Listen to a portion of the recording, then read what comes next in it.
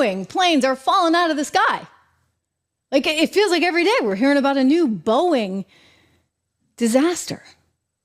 So why is the CEO making so much money? Take a look at the stock price. I mean, this thing keeps getting hammered, if you would.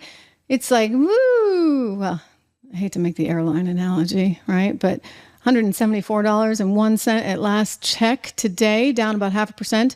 That's the year-to-date chart. So you can see earlier in the year is up at 250. Now you're hanging out around 175, a pretty big plunge. But it makes sense. Again, I will skip the airline references because it's a little bit crass. But this is Josh Hawley, who's just going for the jugular. As he should, because where the heck are the activist shareholders that ought to be going after this company? You know what? Josh is making some good points. Let's listen to him. Thank you, Mr. Chairman. Mr. Calhoun, what is it that you get paid currently? Senator, that's well disclosed in our proxy documents in each of the years that I've been employed. Yeah, but what is it? It's a big number, sir. Well, let me help you out. It's $32.8 million this year. Does that sound right? Yes, it does. That's a 45% increase over last year. Does that sound right? Yes, it does. What is it you get paid to do exactly? I get paid to run the Boeing company. Yeah. So just help me understand that. I mean, do you get paid for transparency? Is that one of the metrics for your income? I think the board counts on me for transparency. Really? Because you're under investigation for falsifying 787 inspection records. The Boeing's under criminal investigation for the Alaska Airlines flight. You were investigated by DOJ for criminal conspiracy to defraud the FAA. This is all in your tenure. This doesn't sound like a lot of transparency to me. What about safety? Is that a component of your salary? It sure is, Senator. You know, have you seen the reports that the subcontractor that you used to make that door piece that fell out of the sky, that when the FAA went and toured the facility, they found one door seal being lubricated with Dawn liquid dish soap and cleaned with a wet cheesecloth, and another was being checked with a hotel room key card. Does that sound like safety to you? This is great. I mean, he's just on a mission. And it's important that this happened. Look, I mean, hey, where's Elizabeth Warren when you need her? It's interesting to see a Republican doing this because so often Republicans are painted with the brush of just being big business, big business, big business. And Josh Hawley is proving that they can look out for the little guy too.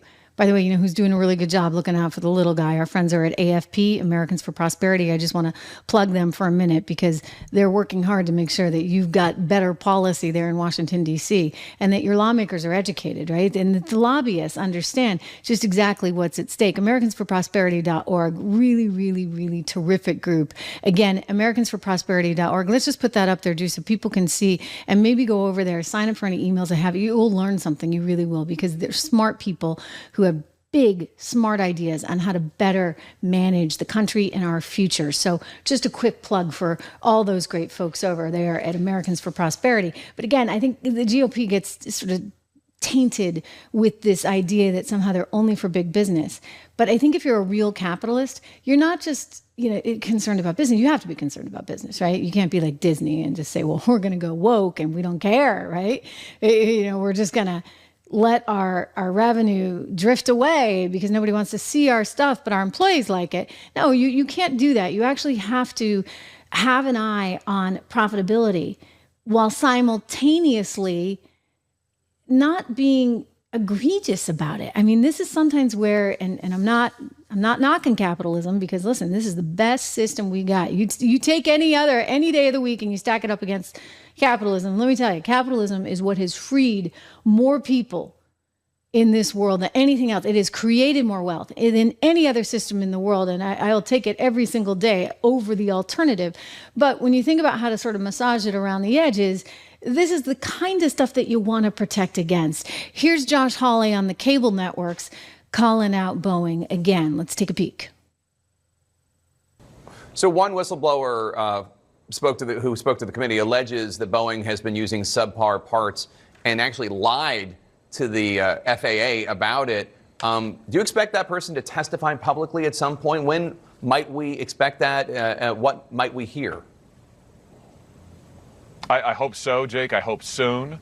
And listen, if that testimony comes to be, it will be of a piece with testimony, public testimony we've already heard from engineers who say that the 787, the 777, and other Boeing components are not necessarily safe. Listen, we had a top quality engineer testify to us in April that he'd be very reluctant to get on a Boeing airplane right now because so many corners have been cut. And here's the thing.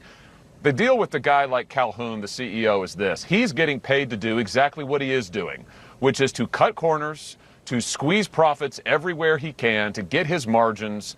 And if that means that the planes are unsafe, hey, at least he's getting paid, right? That's what needs to change at Boeing. They don't have a culture problem with their employees. They've got a culture problem in the C-suite. And that's what needs to happen. That needs to change. Missouri Republicans. You know, that's pretty brave of him and good of him and smart of him to have this line of attack.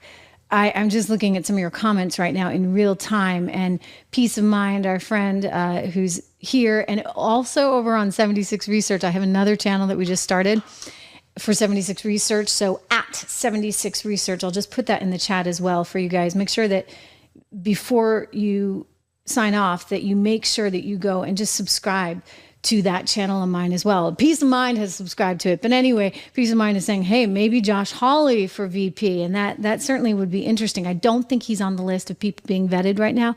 But, you know, certainly he's been proving his loyalty to Donald Trump. We've seen that, while simultaneously, if you would also really making a star of himself in a way that you saw Elise Stefanik, for example, do. I mean, you hate to say that you have to go after somebody, but sometimes it's really what it takes, right? I mean, look at what Harvard University was doing, and it needed an Elise Stefanik, a Harvard grad herself, to come in and dress down Claudine Gay for permitting and saying the crazy things that she did, by the way, under testimony, permitting this aggression towards students there on campus. So that's a good example. And then Josh Hawley really, I think, earning his stripes, or proving his stripes, if you would, because this needs to be addressed. It's not fair that people are losing their lives and their shirts, right? Economically, whether it be shareholders, whether it be people that literally lose their lives because of these Boeing accidents.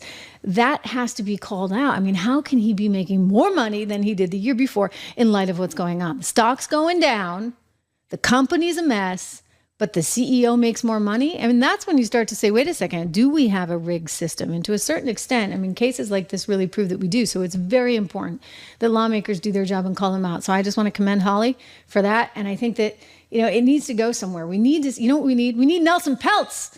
Where's Peltz when we need him?